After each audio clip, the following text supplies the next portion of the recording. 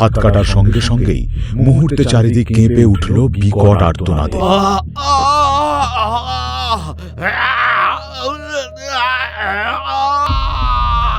কালো হাতটা কেটে নিচের অতল ঘূর্ণির ভেতর পড়ে গেল, কিন্তু সঙ্গে সঙ্গে আরো শত শত হাত ওপরে উঠতে লাগলো, আরো ভয়ঙ্কর, আরো দ্রুত। একটা কাটলে 10টা উঠে আসছে।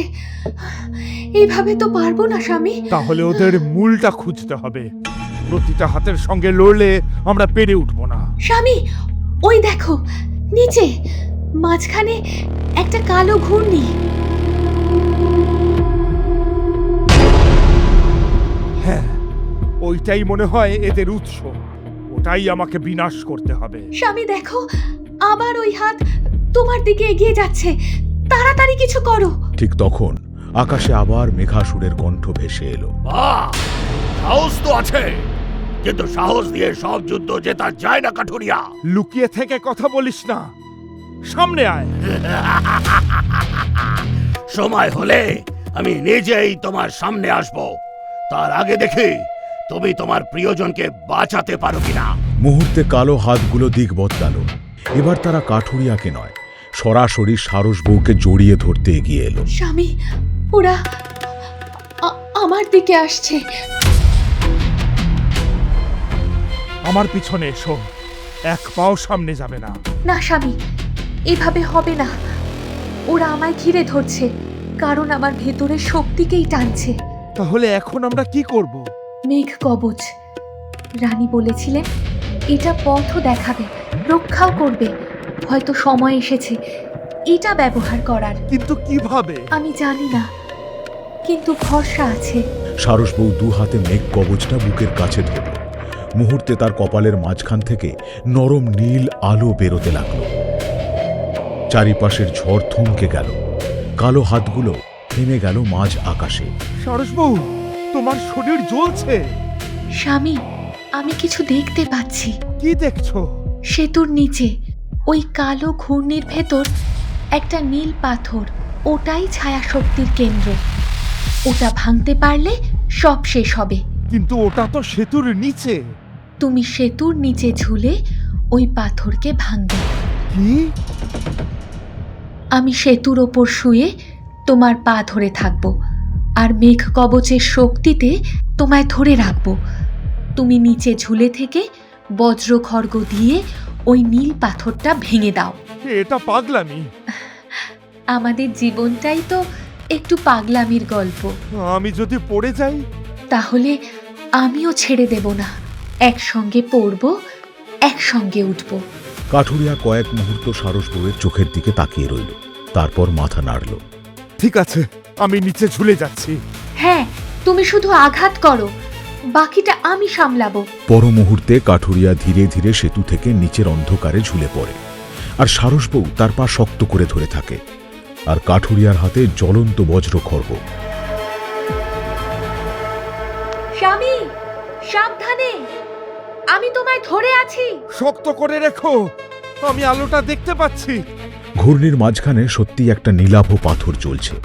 তার চারিপাশ থেকে ধোঁয়ার মতো কালো শক্তি বেরিয়ে শত শত হাত তৈরি করছে। বোকা মানুষ, অন্ধকারের হৃদয় ভাঙা এত সহজ নয়। অন্যায় যত বড়ই হোক, তার শেষ আছে। ঠিক তখনই নিচ থেকে বিশাল এক কালো সর্পাকৃতি ছায়া উঠে এসে কাঠুরিয়ার কোমর জড়িয়ে ধরল, তাকে নিচের দিকে টেনে নামাতে লাগলো। ছাড়, ছাড় বলছি, ছাড়। সারস বউ, ও ও আমাকে নিচে টানছে। তুমি শক্ত করে ধরো। না, আমি ছাড়বো না।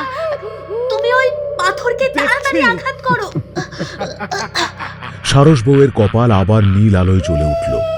মেঘ কবচ থেকে বেরোলো আলোর লতা, যা তার দুই হাত ঘিরে শক্তি বাড়িয়ে দিল।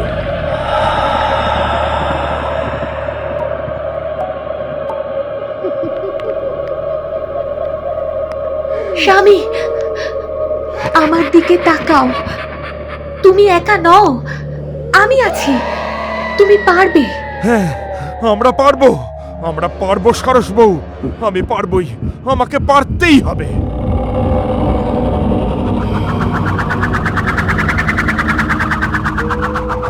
কাঠুরিয়া নিজের শরীর ঘুরিয়ে বজ্রখড়গ দুই হাতে ধরল। তলোয়ারের ফলায় বিদ্যুৎ জমে এক বিশাল আলোর রেখা তৈরি হলো। এই আঘাত গৌড়গঞ্জ মানুষের জন্য। জয় হোক আলোর। এক ঝলকে বজ্রখড়গ নেমে এলো নীল পাথরের উপর। পুরো ঘূর্ণি কেঁপে উঠল। নীল পাথরটা ফেটে গেল।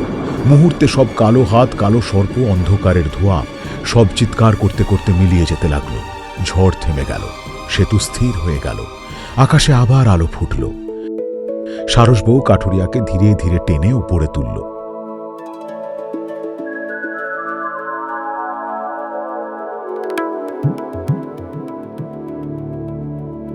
কিন্তু নীল পাথর ভাঙার সঙ্গে সঙ্গে তাদের সামনে খুলে গেল এক বিশাল অন্ধকার দরজা। তার ভেতর থেকে বেরোলো অদ্ভুত আলোক রশ্মি, যেন কোথাও যাওয়ার পথ। মনে হচ্ছে এটা কোনো গোপন পথ। কবচটা ওই পথের দিকেই টানছে। মনে হচ্ছে আমাদের ওই পথেই যেতে হবে। তাহলে ওটা নিশ্চয়ই মেঘমণির পথ। আমাদের ওই অন্ধকারের পথেই যেতে হবে।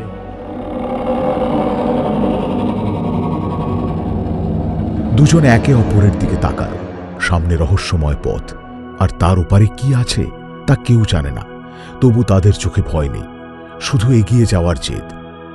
সেতুর সামনে খুলে যাওয়া সেই রহস্যময় দরজার ভেতর থেকে বেরিয়ে আসছে আলোর রেখা, যেন অন্ধকারের বুকের ভেতর লুকিয়ে আছে অন্য এক জগৎ। আমার মনে হচ্ছে এটাই আমাদের পরের পথ। আমারও তাই মনে হচ্ছে। মেঘ কবচ বারবার ওই দিকেই টানছে। আমাদের পথটা কখনো সহজ হয় না, তাই না? সহজ হলে সেটা আমাদের গল্প হতো না, বুঝেছ? দুজনে সাবধানে সেই আলোর পথ ধরে নামতে লাগলো। যত ভেতরে গেল ততই চারিপাশ বদলে যেতে লাগলো। দেওয়ালগুলো স্ফটিকের মতো ঝলমল করছে। কোথাও নীল, কোথাও রূপলি, কোথাও বেগুনি বিদ্যুতের রেখা ছুটে বেড়াচ্ছে। পায়ের নিচে কাঁচের মতো স্বচ্ছ রাস্তা, তার নিচে দেখা যাচ্ছে বিদ্যুতের নদী বয়ে চলেছে। স্বামী, এ যেন আলো দিয়ে বানানো গুহা। কিন্তু যত সুন্দর তত রহস্যময়ও লাগছে। চুপ চুপ, কিছু শুনতে পাচ্ছ? দূর থেকে ভেসে আসছে মৃদু ফিসফিস শব্দ, যেন অনেকগুলো কণ্ঠ একসঙ্গে কথা বলছে, কিন্তু তাদের ভাষা বোঝা যাচ্ছে না। আমার পিছনে থেকো। সব সময় তোমার পিছনে থাকলে চলবে? কখনো কখনো তোমাকেও তো আমার পিছনে থাকতে হয়। ঠিক আছে, পাশাপাশি চলি। এই তো সুন্দর কথা।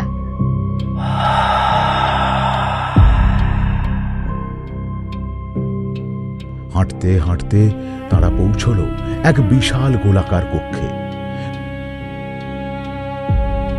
ঘরের মাঝখানে ভাসছে তিনটি বিদ্যুৎ দ্বার, একটি নীল, একটি লাল, একটি সাদা। প্রতিটি দরজার ভেতরে ঘুরছে বিদ্যুতের স্রোত। দরজার সামনে সোনালী অক্ষরে লেখা 3 পথ। এক পথ সত্যের, এক পথ শক্তির, এক পথ মোহের। ভুল পথ বেছে নিলে ফেরা নেই। আবার পরীক্ষা? কিন্তু কোনটা সত্যের পথ?